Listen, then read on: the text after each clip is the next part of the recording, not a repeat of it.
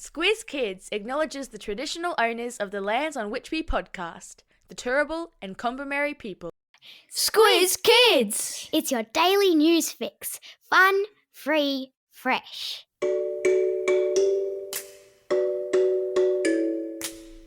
Hello and welcome to Squiz Kids Today, your fresh take on what's happening in the world around you. I'm Bryce Corbett. It's Thursday, March 7. In Squiz Kids Today, fire ants on the march, America's Super Tuesday, Squiz-E spots a deep fake, and let the AFL season begin. That's what's making news, kids style.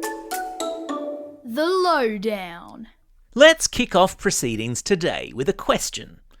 What's tiny, has 6 legs, belongs to the insect family, and could soon become a bigger problem in Australia than rabbits, cane toads, foxes, feral cats and wild dogs? The answer is fire ants. And this week, politicians have been taking part in an inquiry to understand just how big a problem they are and exactly what needs to be done to stop them.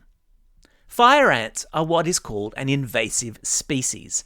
That's a species of animal that is not native to Australia, but has been introduced into our environment and is now running amok. I've stuck a link to an excellent Squiz Kids shortcut on invasive species in today's episode notes. Cane toads, foxes, feral cats and rabbits are all other examples of invasive species, and they're all a problem because of the impact they have on native Australian animals. Now, fire ants have been isolated mostly to southeast Queensland for the time being, where they are not only a pest but also really dangerous. They have a very vicious bite, a little bit like a bull ant but more painful. And worryingly now, there have been reports of them marching south into New South Wales. And get this, one of the ways they move across the landscape is by gathering together and forming rafts and floating downstream on rivers and creeks. Cheeky! The Senate inquiry into fire ants has brought together politicians from all over the country to examine the problem and work out the best ways to solve it. Because, luckily, there are lots of clever scientists out there who specialise in doing just that.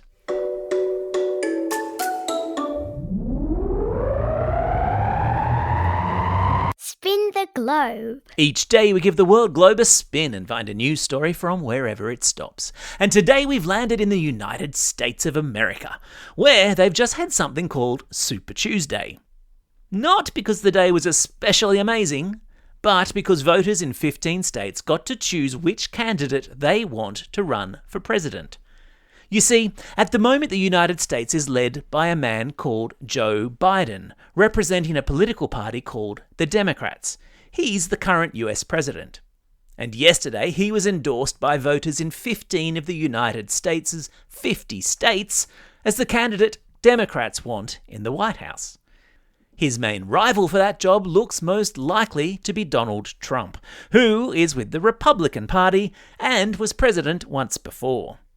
The election itself, of course, isn't happening until November, but we should expect lots of noise between now and then as both sides try to convince the American people that their man is the best one for the job.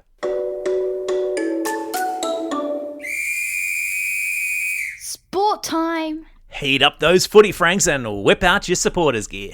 Tonight marks the first game of the 2024 AFL season, and it's shaping up to be a blockbuster as the AFL goes interstate.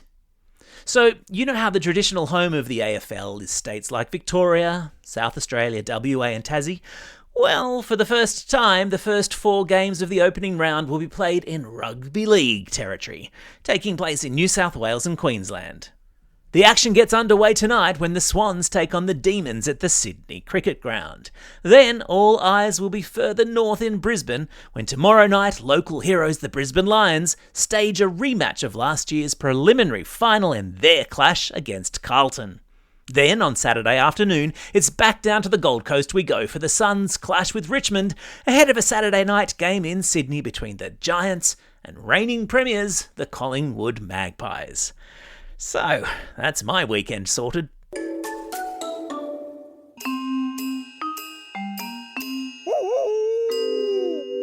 News hounds. Every Thursday, Squiz-E the Newshound, our resident detective dog, pops his head into Squiz Kids HQ to report back on fishy things he's sniffed out on the internet. And today, Squiz-E is most concerned. You see, he's stumbled upon lots of deep fake videos this week. A deep fake is a fake video, and one has popped up online pretending to be an actual TV news report from the respected French 24-hour news channel France 24. The deep fake looks like a France 24 news report about the French President Emmanuel Macron. It sounds like a France 24 news report and even appears to feature one of France 24's newsreaders. But it's all fake. Made by manipulating images using AI, and made by people determined to trick you and I into falling for what's called disinformation. Now, that's information that is incorrect and is being purposely shared online to influence the way we and lots of other people think. Now, luckily, Squiz-E knows to stop, think, and check before believing everything he sees on the internet, and he pretty quickly sniffed out the fake. And a reminder that if you want to become a newshound like Squiz-E, get your teacher to sign up to our fun, free media literacy program for primary school kids called Newshounds. Jump on in via our website, squizkids.com.au. You're welcome. Do you like nature documentaries? Do you think that you'd also like a free family pass to the very excellent BBC Earth Experience on in Melbourne right now? A chance to visit the whole world in an immersive, interactive multimedia display. Then record a video of yourself, quick sticks, doing your best impersonation of legendary English documentary maker David Attenborough, and send it to us pronto at squizkids@thesquiz.com.au, and you can go into the running. Entries are closing soon, and a big shout out to Zella from Brisbane, whose very excellent David Attenborough narration about her dog Molly put a huge smile on our faces at Squiz Kids HQ today. Keep an eye out on our Instagram account to see a selection of the best entries. And remember, you gotta be in it to win it. Time for the quiz. This is the part of the podcast where you get to test how well you've been listening. Question number 1. Who will the Sydney Swans play in tonight's AFL season opener? Yeah, that's right, they're playing the Melbourne Demons. Question number 2. The spread of what sort of ants is a Senate inquiry looking into? Yeah, that's right, they're fire ants. Question number 3. What's the name of the current US president? His name, of course, is Joe Biden.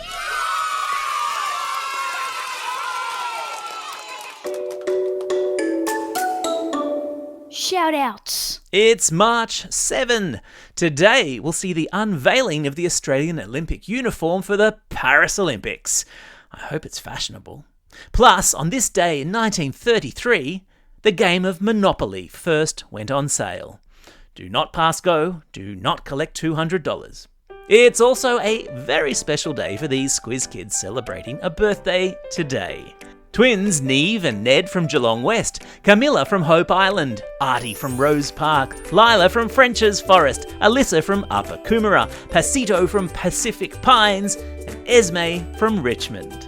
And classroom shout-outs today go to Class 2M and Miss Leafting at Deniliquin South Public School, Class 4-5 and Miss Lowry at Romaine Park Primary School in Burnie, Class 4M and Mrs Matheson at Dubbo South Public School, Year 6 with Mrs Pearden at St Michael's Catholic Parish Primary School in Thirroul, Class 4 Gold with Mrs Shepherd at Mount Carmel School in Yass, Class 5K with Mrs Keem at St John's Anglican College in Forest Lake, and finally to Class 5B and Mrs Bellingham at Walker Vale State School in Bundaberg.